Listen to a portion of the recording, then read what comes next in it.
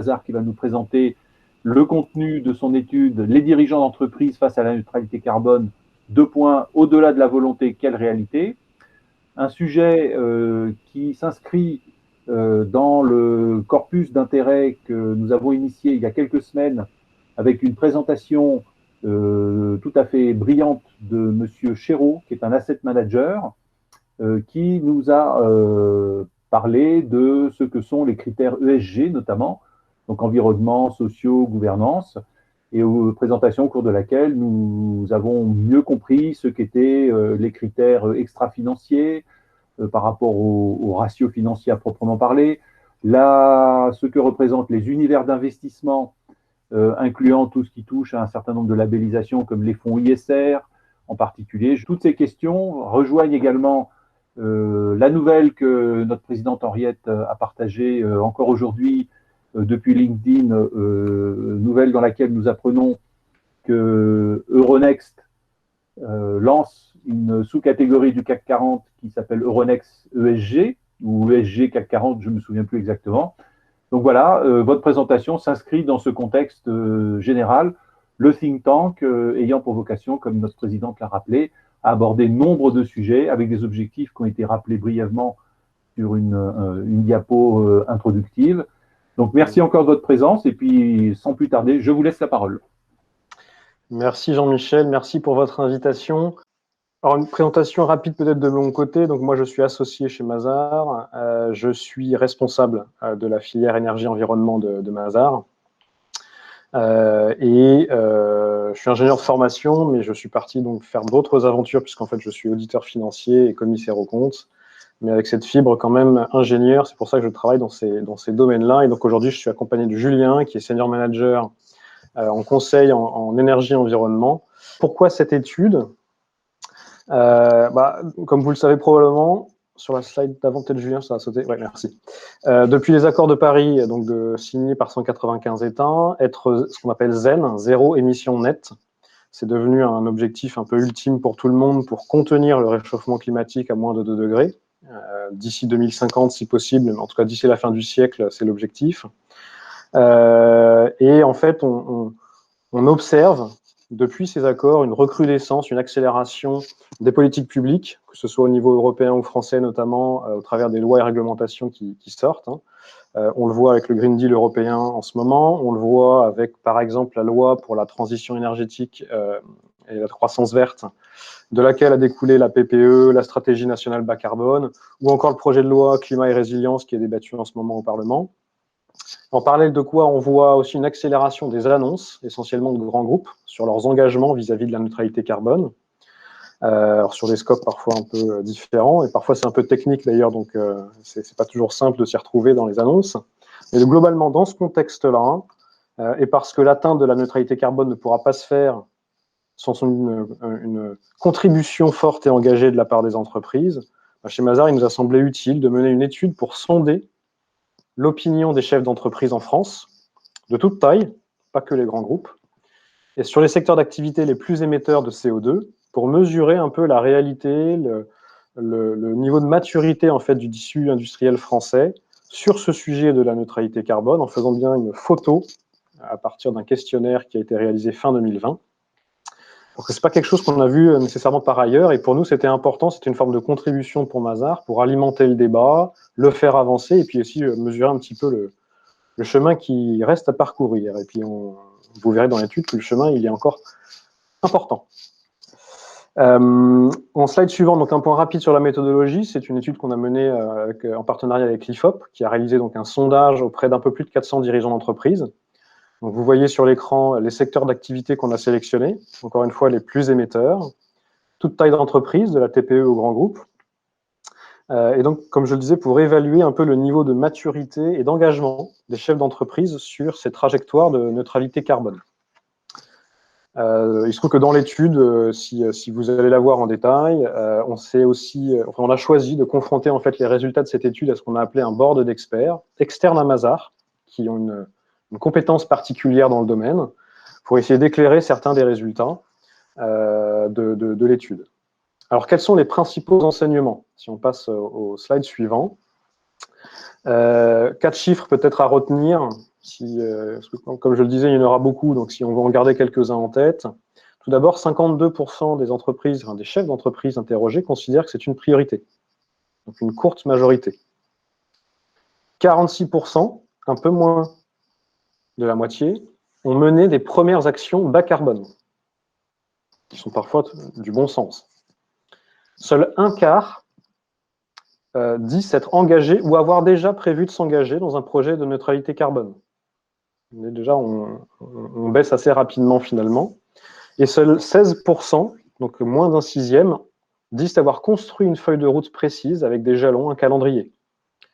On verra d'ailleurs que même dans ces 16%, une majorité n'ont même pas chiffré en euros cette feuille de route. Or, vous vous doutez bien qu'il y aura un coût à cette transformation. Donc finalement, on voit assez facilement que plus on avance dans le niveau de précision des questions qu'on leur a posées, et donc sur le niveau de maturité finalement de ce projet de neutralité carbone et de cet engagement, et moins on a de réponses positives. Et ça, on le voit de manière assez flagrante. Alors, on a une analogie qu'on aime bien chez Mazars, qu'on a noté rapidement en quelques mots en dessous, c'est que la neutralité, l'atteinte de la neutralité carbone, c'est un véritable marathon. Et quand on regarde ces chiffres, on considère que moins d'un sur deux a pris le départ de ce marathon, seul un quart a prévu d'aller au bout, et finalement un sixième a pris une longueur d'avance. Ça permet de marquer un petit peu les esprits. Et puis on verra un petit peu d'ailleurs, juste avant, pardon Julien, dans la présentation également, même si ce n'est pas une très grande surprise, mais on observe un rythme à deux vitesses très clairement entre les grandes entreprises et les ETI d'un côté, les TPE de l'autre. Et on observe également des différences sectorielles, avec certains secteurs qui sont plus avancés, l'agriculture, la construction, parfois aussi le secteur de l'énergie. Alors, derrière ça, il y a souvent des sujets aussi de régulation. Si je prends la construction, vous avez des normes avec la réglementation thermique ou réglementation environnementale, ça dépend comment on l'appelle, mais avec la dernière qui est la RT 2020. Donc, ils sont poussés aussi par la régulation. Et puis d'autres qui sont plus en retard. Et là, clairement, on a toutes les activités relatives au transport, mais aussi à l'industrie de manière générale.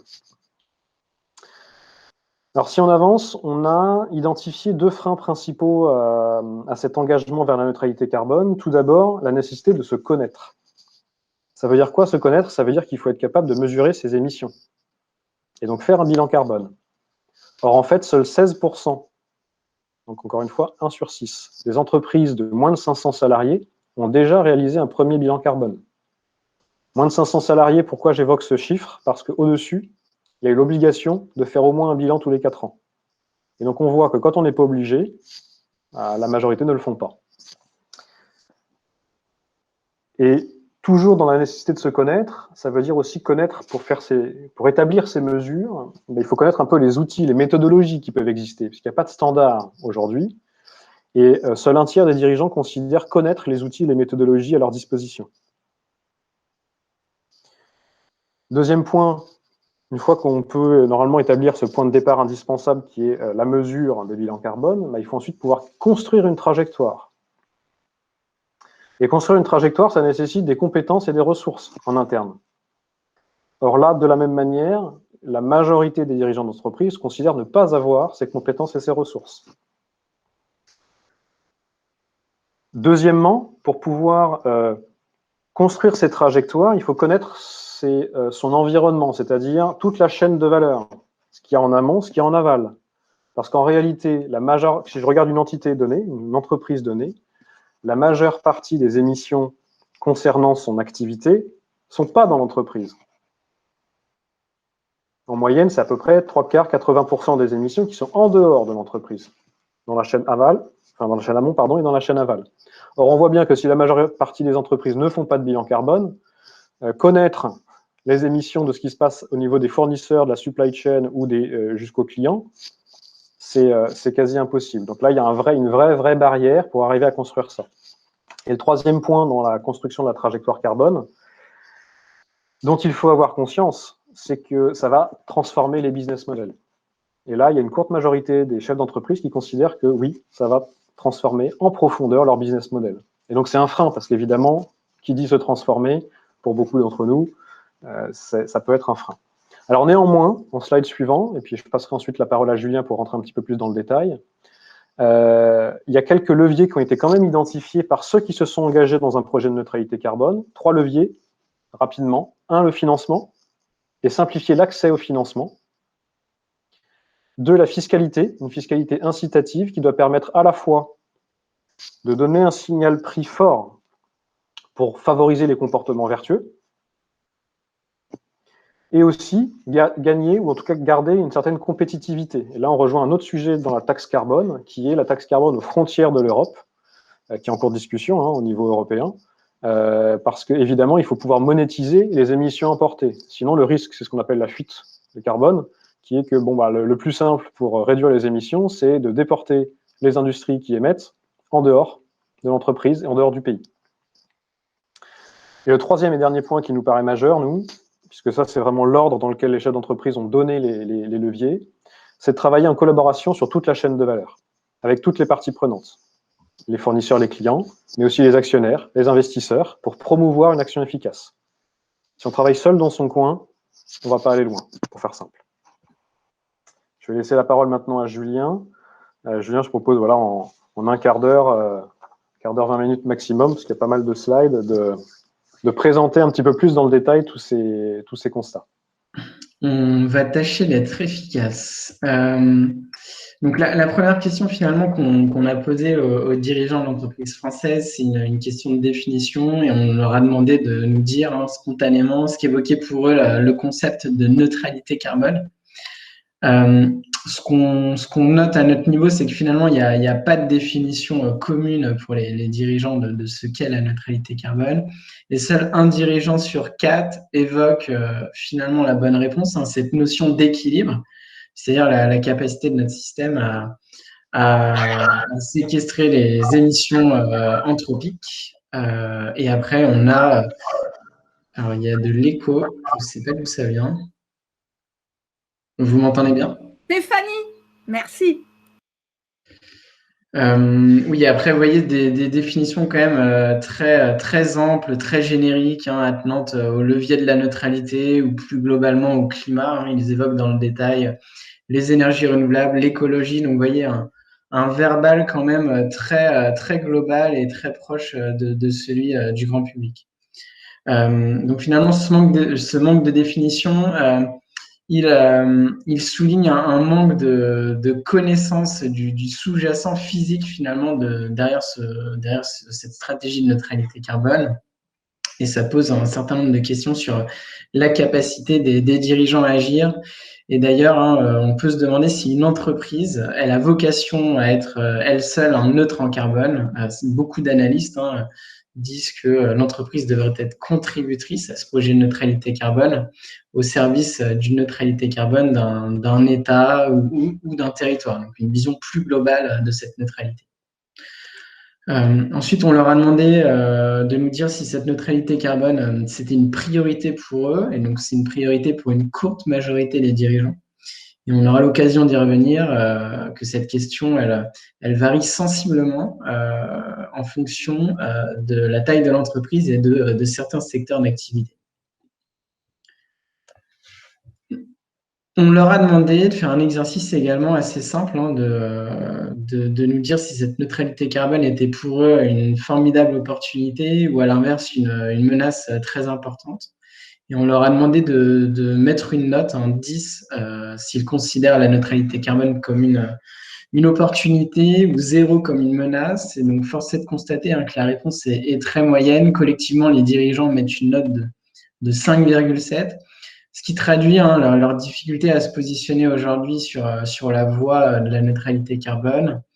Et ce qu'il faut avoir en tête, c'est qu'être zen, zéro émission nette, finalement, ça demande une transformation quand même assez radicale de la manière de produire, de consommer. Radicale, je ne mâche pas mes mots, si vous regardez le challenge qui nous attend, et notamment celui écrit noir sur blanc dans la stratégie nationale bas carbone. Il s'agit de réduire nos émissions d'environ 90% à horizon 2050 par rapport à notre niveau de 2015. Donc voilà, il faudra faire des choix en matière d'efficacité, de sobriété. Et on peut s'attendre également à une fiscalité quand même beaucoup plus incitative ou punitive pour certains secteurs d'activité. Voilà, d'où la difficulté des dirigeants à positionner ce projet aujourd'hui comme une opportunité au sein de leurs organisations. Donc finalement, le temps est à la prudence. Les dirigeants s'engagent peu à l'échelle de l'entreprise sur la voie de la neutralité carbone. Seulement un dirigeant sur 4, finalement, est engagé ou prévoit de s'engager à atteindre la neutralité carbone, alors à différents horizons de temps. Et moins d'un dirigeant sur 2 a déjà mis en place des actions particulières pour réduire ses émissions de gaz à effet de serre. Alors cet engagement, il est prudent, mais il est aussi fragile.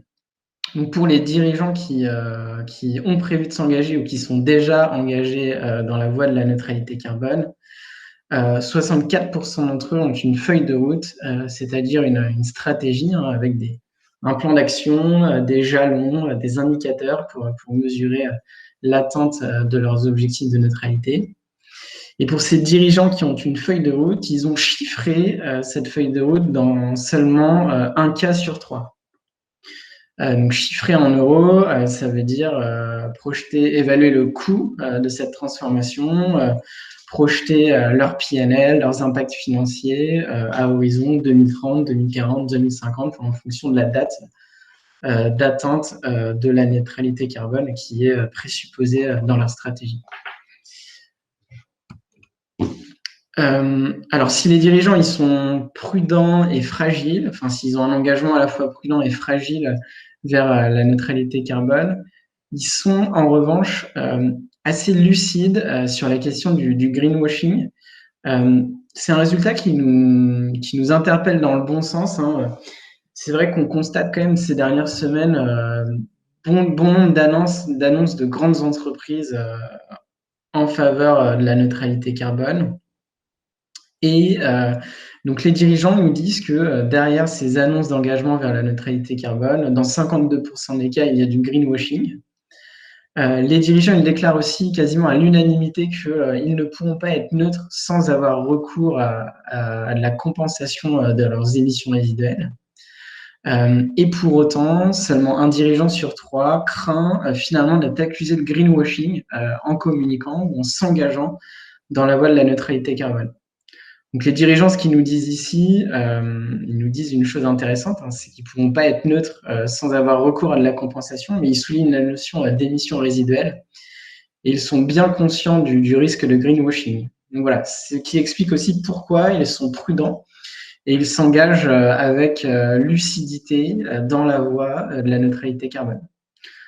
Donc la profession elle a quand même pas mal progressé ces derniers temps. Je crois qu'on est loin des annonces de simple communication pour rechercher l'effet médiatique. On est loin de l'avion vert ou du bateau vert qui serait neutre en carbone en plantant des arbres et en ayant recours à de la compensation assez massive de ces émissions. On aura l'occasion de revenir sur les leviers. Les dirigeants ont une vision quand même assez concrète de leur stratégie de neutralité. Alors, je l'évoquais rapidement plus haut, on constate vraiment un monde à 2 vitesses dans le combat contre le réchauffement climatique. Donc, des grandes entreprises qui font de la neutralité carbone une priorité, qui ont mis des actions en place pour plus de 60% d'entre elles.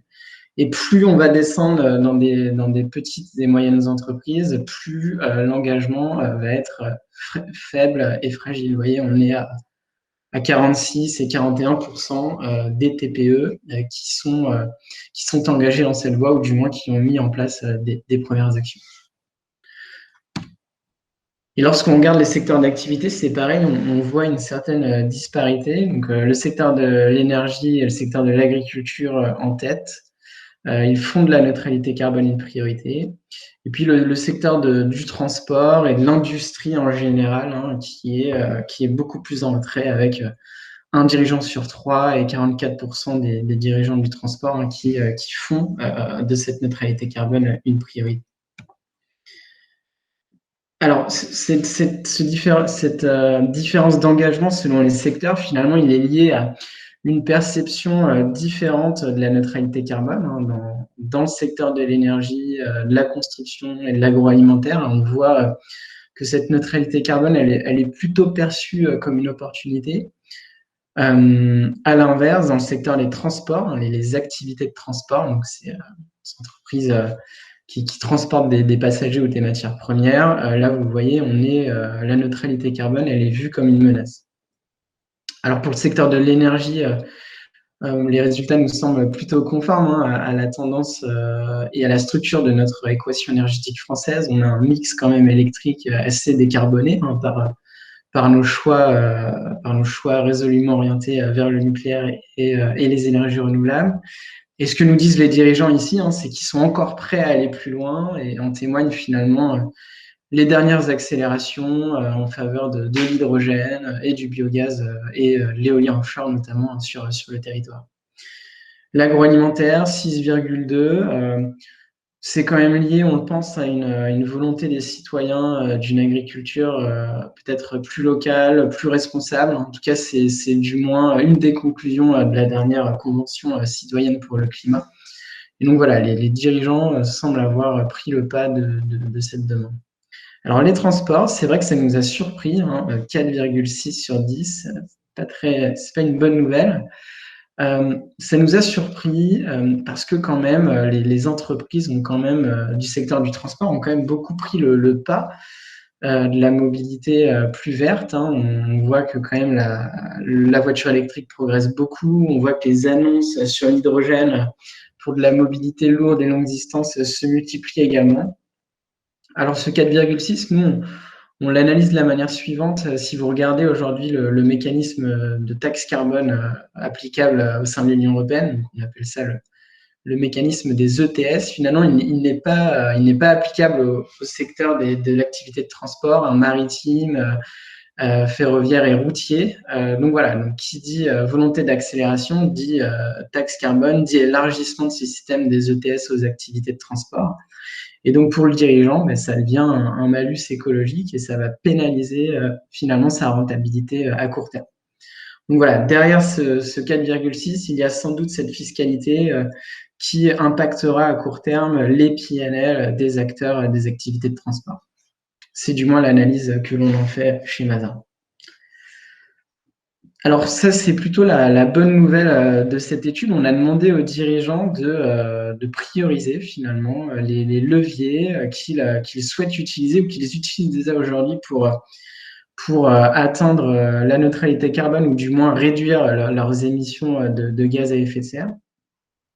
Alors, ce qu'ils nous disent, c'est que finalement, le premier levier, c'est l'efficacité.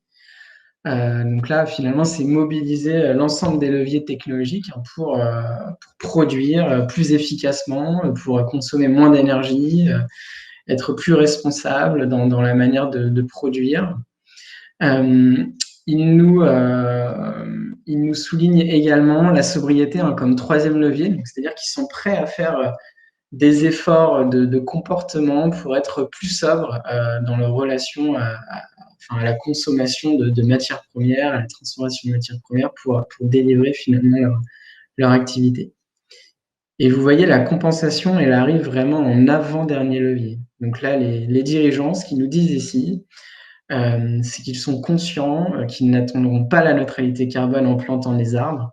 Et je pense que si on avait posé cette question il y a peut-être 12 à 18 mois de cela, le levier compensation aurait été beaucoup plus significatif dans cette réponse. Donc voilà, donc ça c'est vraiment la bonne nouvelle pour nous de cette étude. Les dirigeants souhaitent d'abord réduire leurs émissions, puis les éviter et les compenser en dernier recours. Donc on est bien sur la notion de compensation d'émissions résiduelles. Alors, des leviers pour aller plus loin. Donc Mathieu le disait en introduction, je vais passer très vite. Les dirigeants, ils nous disent ici qu'ils n'ont pas spécialement le bon niveau de ressources et de compétences humaines pour atteindre cette neutralité carbone et moins d'un dirigeant sur 3, finalement, a connaissance des outils et des méthodologies pour définir cette stratégie de neutralité carbone. Je ne vais pas rentrer dans le détail, c'est assez technique, mais voilà, il y a des méthodologies qui ont pignon sur rue. Hein. Je pense notamment aux méthodologies SBTI, aux méthodologies de l'ADEME. Donc voilà, la méthodologie est là et l'histoire est écrite pour accompagner les entreprises dans la neutralité carbone. Ce chiffre, il est assez affolant, on va dire. Seulement 16% des entreprises interrogées réalisent des bilans carbone. On le répétait en introduction, hein, c'est obligatoire pour les entreprises de plus de 500 salariés. Ça ne l'est pas pour celles de moins de 500 salariés. Et on voit là le poids de la régulation mais pour orienter l'acteur économique dans l'action. Donc, pas de bilan carbone, pas de mesure, pas de point de départ, aucune capacité à savoir où agir, où réduire. Donc voilà, c'est un point extrêmement bloquant et il faut aller beaucoup plus loin là-dessus. Et du moins, les citoyens dans la Convention citoyenne pour le climat ont évoqué ce besoin hein, de généraliser le bilan carbone à l'ensemble des acteurs économiques. Après, oui, lorsque les entreprises s'engagent vers la neutralité carbone, elles s'engagent sur la quasi-totalité de leur périmètre de chiffre d'affaires.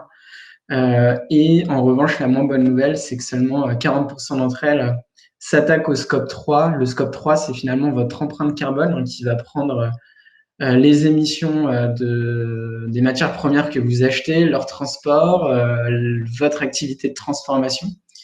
La livraison de ce produit et puis toutes les émissions liées à l'usage et au recyclage de ce produit. Donc, on parle d'empreinte carbone, de cycle de vie. Et donc, voilà, donc c'est ça vraiment le bon KPI pour agir sur ces émissions et faire baisser, in fine, les émissions à l'échelle de la France et plus amplement à l'échelle mondiale. Donc, vous voyez qu'on est quand même loin d'un engagement sur l'ensemble de l'empreinte carbone d'une entreprise. On leur a demandé comment ils comptaient financer leur projet de neutralité carbone ou leur politique bas carbone.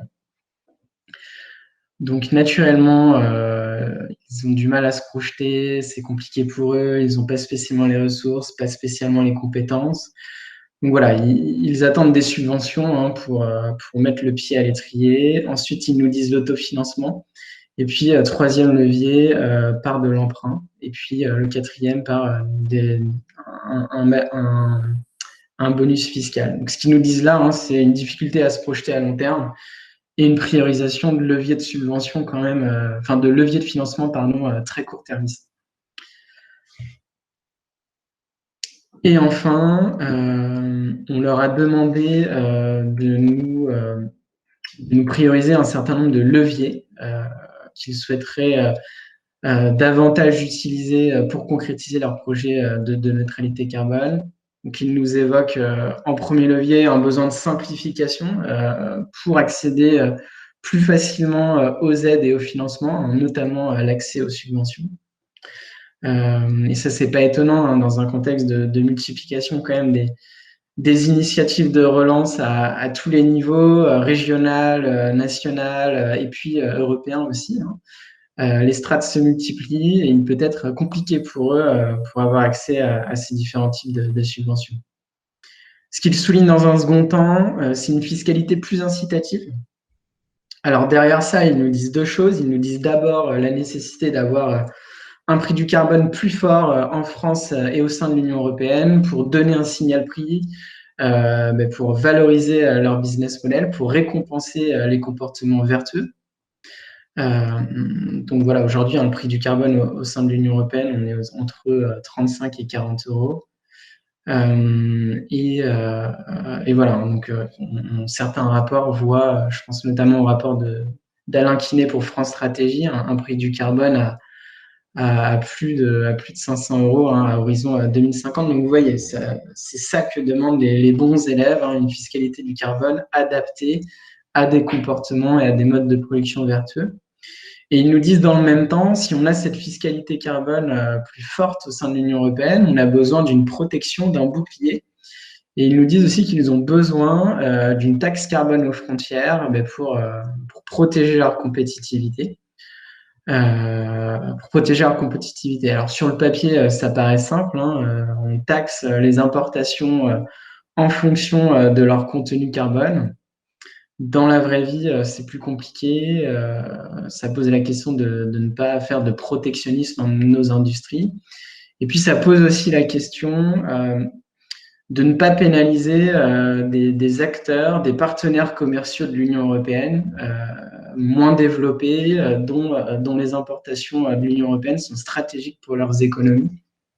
Alors, je ne parle pas de la Chine ici, je parle plutôt de l'Afrique, de la Turquie, de l'Égypte, enfin voilà, des partenaires commerciaux qui nous sont chers, qui n'ont pas malheureusement les ressources nécessaires pour se payer les dernières centrales photovoltaïques ou miser sur l'énergie nucléaire. Donc voilà, ils ont besoin de nos importations et ils ont une industrie par essence plus carbonée que les nôtres. Et enfin, le troisième levier mis en valeur par les dirigeants, c'est celui d'une démarche sectorielle, c'est la notion de chaîne de valeur, de coalition. Ce qu'ils nous disent ici, c'est qu'ils se sentent un peu seuls et ils ne vont pas trouver la réponse de la neutralité carbone au sein même de leur seule entreprise, avec un seul service, un seul produit. Et ils ont besoin de rassembler l'ensemble de leur écosystème autour de la table, hein, leurs fournisseurs, leurs clients finaux, les pouvoirs publics, pour trouver des réponses globales, partager les coûts, les gains, les risques. Voilà, donc cette démarche sectorielle, elle est très importante pour eux. Mathieu, Merci. je te laisse faire une rapide conclusion. Ouais, merci Julien, effectivement. Bon, sur la partie de gauche, c'est un peu un résumé des certains sujets qu'on a pu dire dans la présentation, hein. Une courte majorité, considère que c'est une priorité.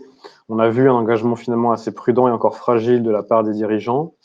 Un rythme qui est quand même assez différent selon la taille ou le secteur de l'entreprise, très clairement.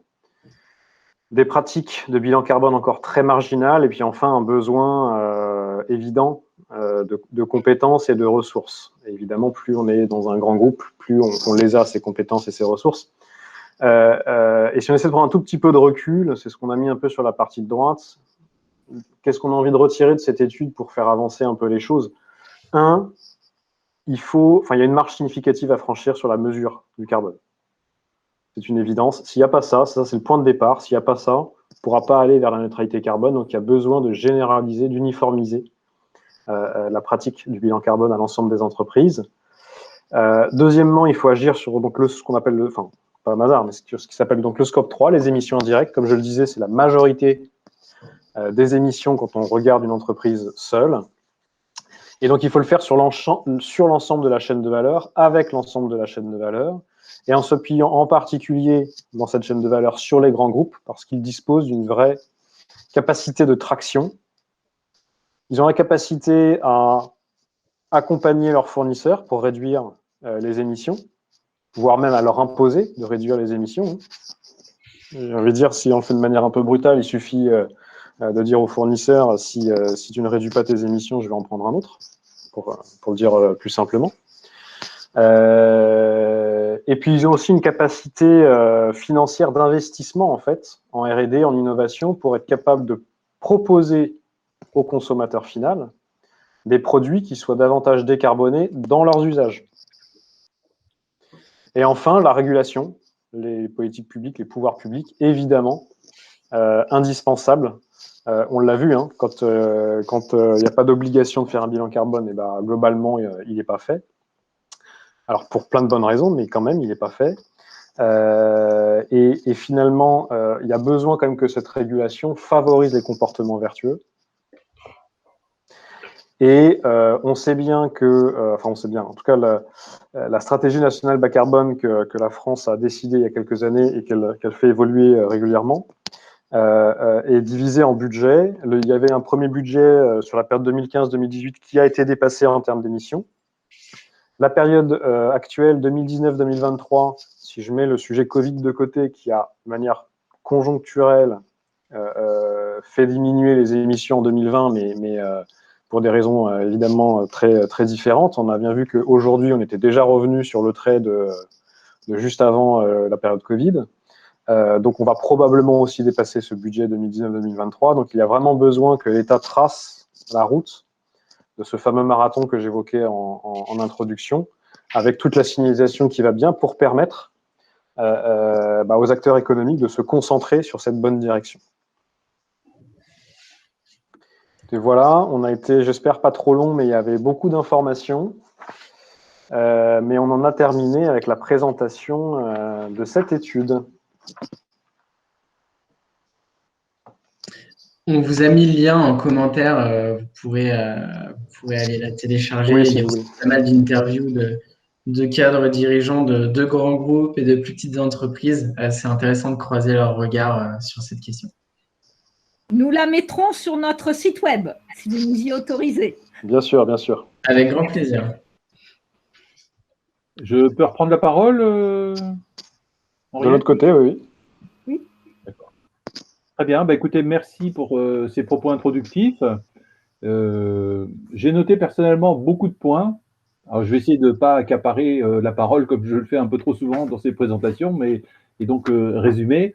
D'abord, en commençant par un petit rapport d'étonnement, en quelque sorte, constatant donc ce que vous disiez, parlant de la neutralité carbone, dont j'ai retenu que ça n'était pas très clair dans l'esprit de beaucoup des sondés, ce qui m'étonne un peu d'ailleurs, car on a tous connaissance de l'existence de dizaines et de dizaines de rapports un peu partout sur ce sujet. Donc, de façon un peu piquante, je dirais, est-ce à dire que ces rapports ne sont pas lus ou se contredisent, je ne sais pas. Mais en tous les cas, je trouve intéressant ce point-là, car je crois qu'il explique un peu en miroir pourquoi, comme vous le relatiez sur la fin de votre présentation, eh bien, très peu d'entreprises font des bilans carbone. Dès lors que, je ferai ce lien, dès lors que la neutralité carbone fixée comme un objectif n'est pas claire en soi, on peut comprendre une certaine inertie ou retenue à faire des bilans carbone, répondant à la question de à quoi bon, finalement. Je me permets d'intervenir là-dessus, Jean-Michel, juste pour faire une remarque. Allez-y. Ce qui peut-être n'est pas très clair pour les chefs d'entreprise non plus, au-delà de l'aspect pure définition de ce que peut être la neutralité carbone, c'est sur quel périmètre. Est-ce qu'une entreprise peut vraiment être neutre en carbone toute seule? Dans la majeure partie des cas, la réponse est probablement non. C'est pour ça qu'on parle de chaîne de valeur, c'est pour ça qu'on parle de territoire. Est-ce que la neutralité carbone, finalement, elle se joue au niveau de l'entreprise? Est-ce qu'elle se joue au niveau de la chaîne de valeur? Est-ce qu'elle se joue au niveau d'un territoire? C'est aussi quelque chose qui n'est pas forcément clair pour tout le monde. La France s'est dotée d'une stratégie nationale bas carbone. C'est le territoire français. Donc déjà, ça veut dire qu'on regroupe beaucoup d'acteurs, y compris donc les politiques publiques. Donc il y a peut-être un sujet, ou en tout cas un biais dans la tête des dirigeants, et je pense que je ne serai pas neutre carbone tout seul. Du coup, ça peut constituer effectivement un frein parce que je vais d'abord commencer par laisser faire les autres, et puis moi, finalement, je ne sais pas comment faire parce que je ne pourrais pas être neutre carbone. Ou alors, il faut que je fasse beaucoup de compensation. Et donc, dans la notion de... le fait que ce ne soit pas très clair, je pense qu'il y a une question de périmètre aussi, quand on les interroge, eux, sur leur entreprise. Voilà, je voulais juste faire cette intervention. Et une intervention qui est une excellente transition vers justement le point suivant que j'avais noté, mais je me permettrai, qui peut-être répond à votre question, reprenant vos propos, parce que j'ai noté avec beaucoup d'intérêt que parmi les attentes, dans les leviers prioritaires, je fais référence au slide 26, j'ai noté la démarche sectorielle, dont il me semble recoupe finalement ce dont vous parlez. J'avais noté pour ma part, avant d'arriver au slide 26, est-ce que finalement, constatant que l'entreprise comprend que la maille pour aller vers cette neutralité carbone dont le contexte est flou, mais admettons-le, n'est pas elle-même, mais j'avais noté, est-ce la grappe d'entreprises avec lesquelles elle travaille elle-même, c'est-à-dire ses sous-traitants, ses entreprises partenaires, stratégiques ou pas. Et finalement, j'ai trouvé que dans ce que vous appelez la démarche sectorielle comme étant une attente, dans le slide 26, dans les leviers prioritaires, finalement, il répondait à la question. Et donc, finalement, dévitalisant un peu l'objectif hexagonal et le ramenant à une mesure plus concrète, où on peut imaginer, à ce moment-là, en libérant un peu l'initiative, comme je dis, de permettre justement à des entreprises de façon inclusive, et maintenant tout le monde comprend le mot en cluster, de regrouper ses sous-traitants et pour faire je dirais pas des centres de compétitivité, hein, puisque donc c'est quelque chose qui est connoté, mais des regroupements. Et dans ce contexte, moi, je me posais une question, enfin, je me posais deux questions. Je vais résumer pour aller plus vite et laisser la parole aux autres. Je me posais la question du domaine des services, puisque donc dans la série des secteurs qui ont été comment dire, décrits, il y avait donc la construction, enfin l'énergie, le transport, pardon, l'énergie, la construction, tout un ensemble de secteurs d'activité, avec en dernier, dans le bar graphe horizontal que vous présentiez, les transports, sur lequel je reviendrai après. Mais les services sont où? Et quand on rapproche ça de l'idée, la stratégie du paquebot France, je dirais qu'il est depuis des décennies de développer l'activité dans le domaine des services, je ne les ai pas vus, mais peut-être c'était hors panel de vos sondés. Voilà, donc, et dernière question, ou avant-dernière question, le secteur des transports dont il est question dans le slide 19, à moins que je n'ai pas compris, il s'agissait des transports des particuliers ou des transports en commun?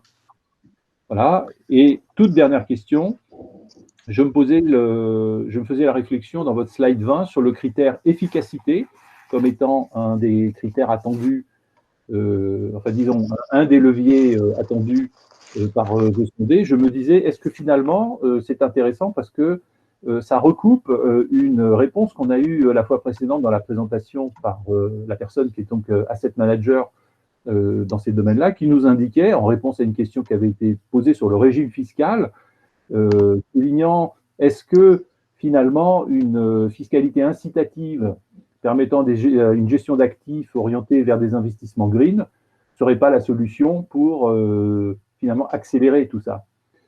C'est-à-dire en gros une écologie positive plutôt que punitive en quelque sorte.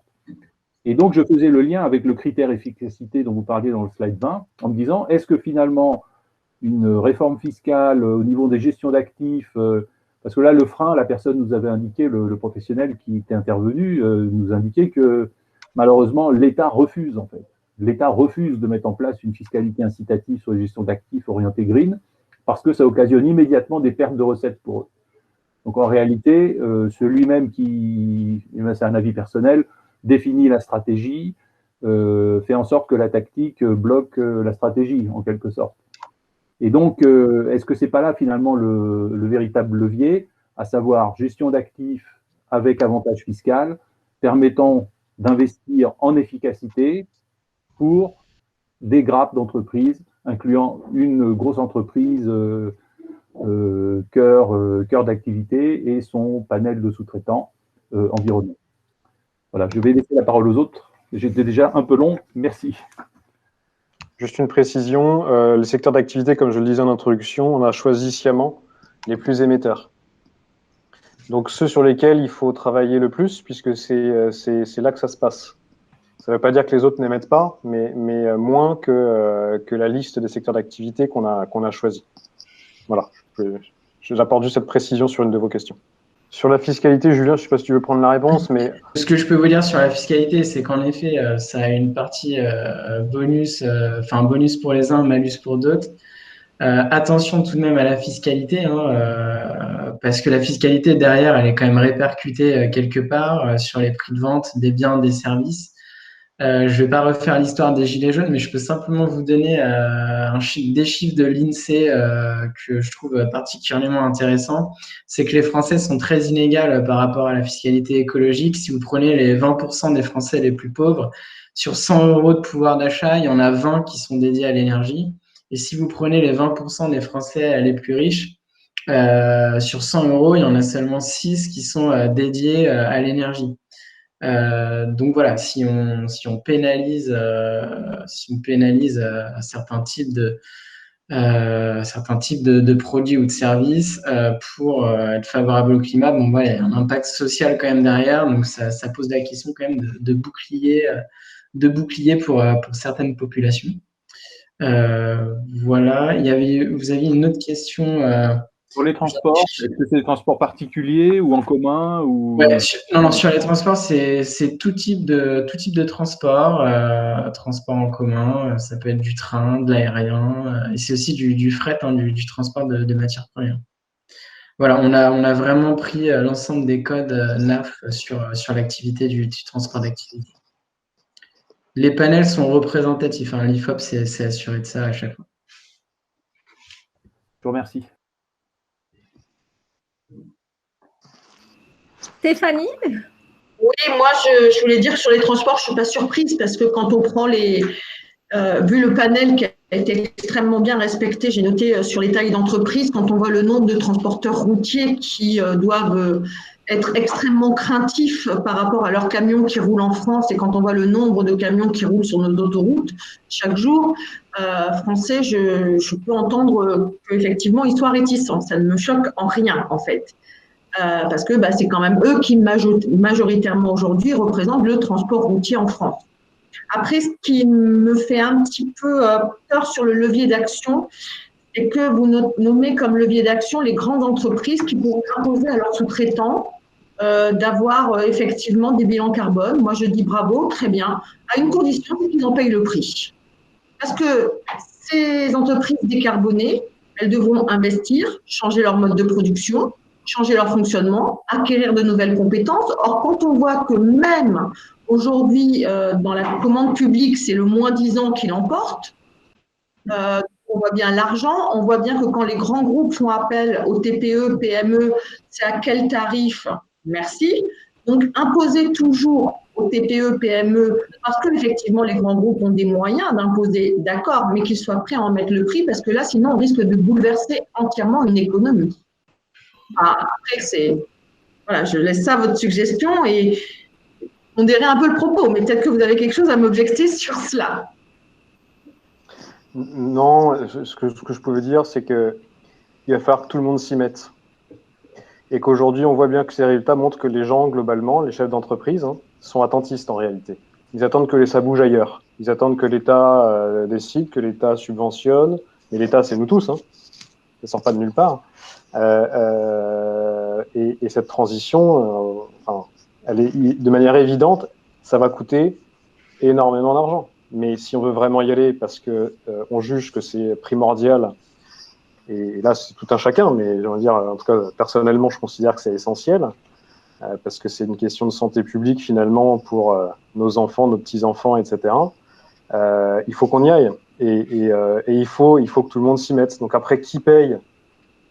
Comment il faut répartir ce coût? Je n'ai pas forcément la réponse à ça, mais à la fin, on va tous le payer d'une manière ou d'une autre.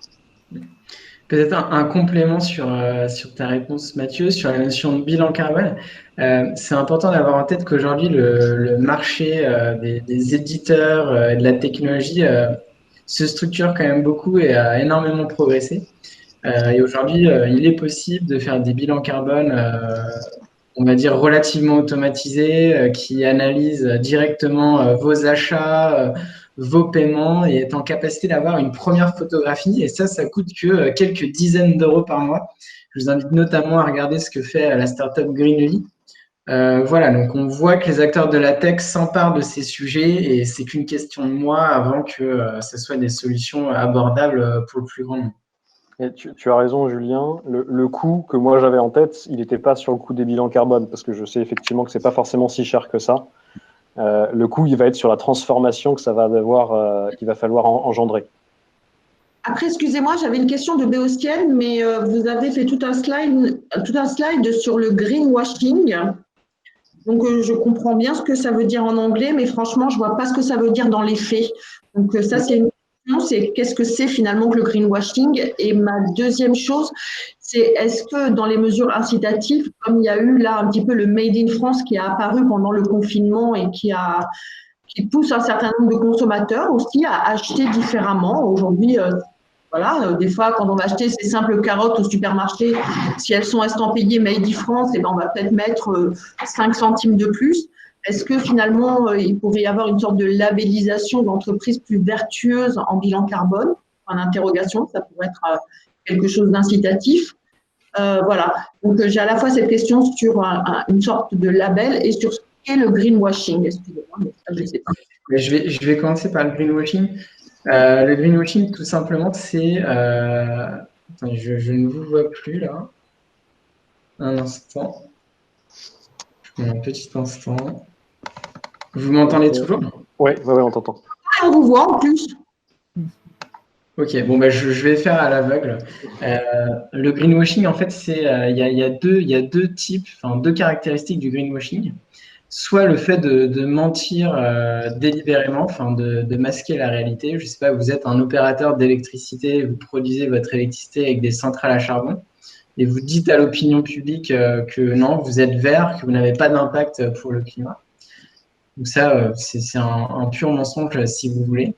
Ou alors, vous avez aussi un autre risque de greenwashing, c'est faire croire que vous faites beaucoup de choses pour réduire votre impact carbone, mais au final, vous ne faites pas grand-chose. Et ça, c'est peut-être le greenwashing le plus dangereux parce que vous êtes dans l'illusion, vous faites croire aux gens que vous faites des choses, mais au final, il n'y a pas d'action et il n'y a pas de résultat.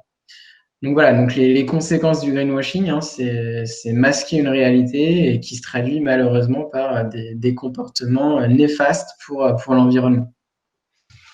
Et sur votre deuxième question sur les labels, alors d'abord, le point que vous évoquez, l'exemple que vous donnez, c'est finalement le circuit court lié à l'agriculture, qui normalement, effectivement, devrait émettre un petit peu moins si les agriculteurs qui produisent n'émettent pas trop. Hein. L'agriculture, c'est un gros émetteur de gaz à effet de serre, très clairement. Mais effectivement, l'aspect circuit court permet au moins de minimiser les transports, et donc les gaz liés en tout cas au transport. Mais il n'y a pas que ça.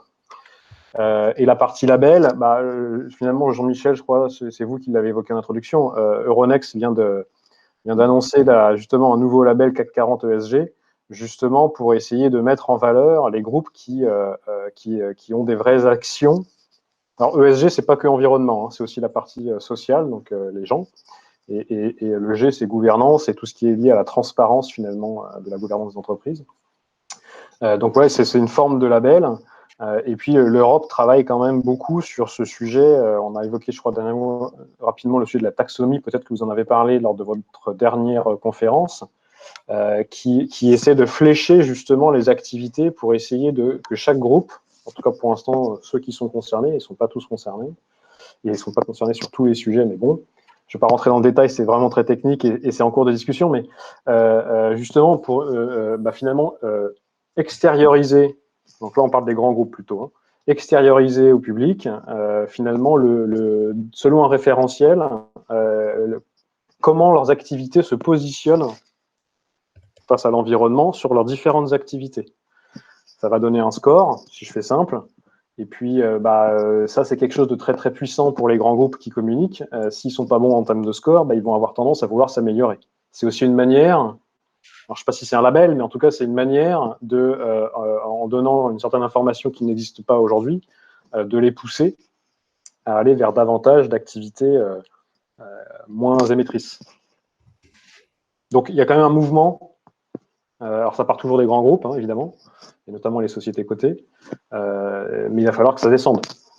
Et quand on parlait des bilans carbone, il va falloir que ça descende dans la chaîne de la valeur, parce que comme je le disais, la majeure partie des émissions, quand on regarde une entreprise donnée, c'est pas dans l'entreprise, c'est toute la chaîne qui est autour.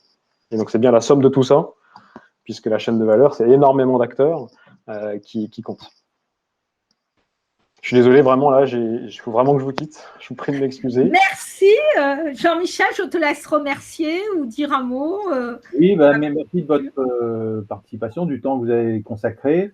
Je ne sais pas s'il y a d'autres questions ou si Julien, vous devez y aller, vous aussi. Ouais, je peux prendre une dernière question, si vous voulez. Merci, Mathieu. Merci à vous. Très bonne soirée. Merci, Mathieu. Bonne soirée. Y a-t-il une dernière question, Véronique, ou je ne sais pas. Autrement. Moi, j'avais une dernière question en stock, s'il n'y en a pas. En fait, on a un petit rituel, si vous voulez, à la fin de ces présentations. C'est la question baguette magique que je pose à chaque fois. Comme je l'avais posé la fois précédente lors des présentations d'asset management, c'est si vous aviez une baguette magique qui permettrait de mettre tout ça en place très rapidement et que vous en aviez le pouvoir au bout de cette baguette, quelle serait cette décision que vous prendriez? C'est une vraie question.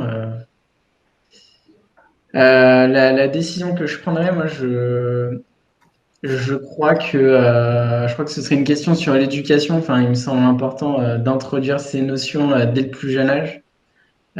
Si vous apprenez aux enfants ce qu'est l'environnement, le climat, comment on agit, je crois que ça fait son chemin et on aurait des comportements de dirigeants plus vertueux, je le pense. En tout cas, voilà, ce serait la voie de l'éducation. C'est ça que je retiendrai. D'accord. Vous avez un commentaire, belle réponse dans le chat. Merci beaucoup. Merci, c'est gentil. On apprécie beaucoup, merci. Henriette, Merci à vous, c'était très, très riche. Merci pour vos questions. Monsieur Hainaut, je vais me permettre de vous inviter, pas pour la prochaine visio du groupe des jeunes, mais celle d'après, donc peut-être d'ici à 2 mois, où justement le groupe des jeunes de moins de 25 ans a décidé de traiter justement de la question de l'environnement et la façon dont, enfin pas de l'environnement en tant que tel, mais plutôt dans la façon dont ils ressentaient, ils vivaient leur sensibilisation à l'environnement. Pour reprendre leur propre mot, écoutez, avec plaisir. La pression écologique qu'on leur met, c'était leur propre mot. Merci. Merci à vous en tout cas. Mais je remercie les organisateurs, les participants, les personnes qui soutiennent le think tank. Allez tous voir notre site liberté et prospective.org. Nous mettrons le lien du cabinet Mazars et il y a les comptes rendus des conférences.